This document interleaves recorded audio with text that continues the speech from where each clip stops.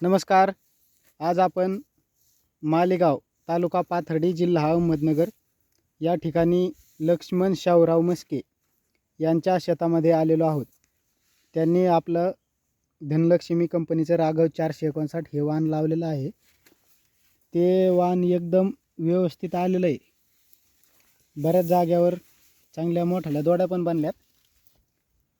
व्हिडिओच्या माध्यमातून आपण दोड्या पाहू शकता.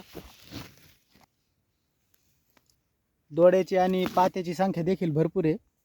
वाढ पण एकदम व्यवस्थित झालेली आहे. जवळपास छातीपर्यंत सरकी लागत आहे आत्ता आणि अजूनही शेंडा एकदम व्यवस्थित चालू आहे. व्हिडिओच्या माध्यमातून तुम्ही पाहू शकता.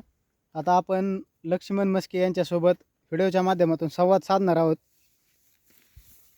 दादा नमस्कार. नमस्कार. तुम्ही कोणतं सरकीचं वाण लावलंय? राघव 459. सर, हे कपाशीचं वाण असं आहे की सुरुवातीपासूनच याला म्हणजे जे कपाशी तेज पातं वगैरे एकदम जास्त प्रमाणात लागलेलं आहे. पण माझं आता ह्या कपाशीबाबत असं मत आहे की मी यावर्षी 1 एकर लावलेलं आहे. मी पुढल्या वेळेस माझं सर्व 5 एकर क्षेत्र राघव 459च लावणार आहे. रोगासंदर्भात काय सांगा? रोगाचं प्रमाण बी बाकीपेक्षा खूप कमी आहे राघववर. तरी शेतकऱ्यासाठी मला वाटते पुढच्या कापूस एकरी ॲव्हरेज बी जास्त राहील असा माझा वैयक्तिक अंदाज आहे.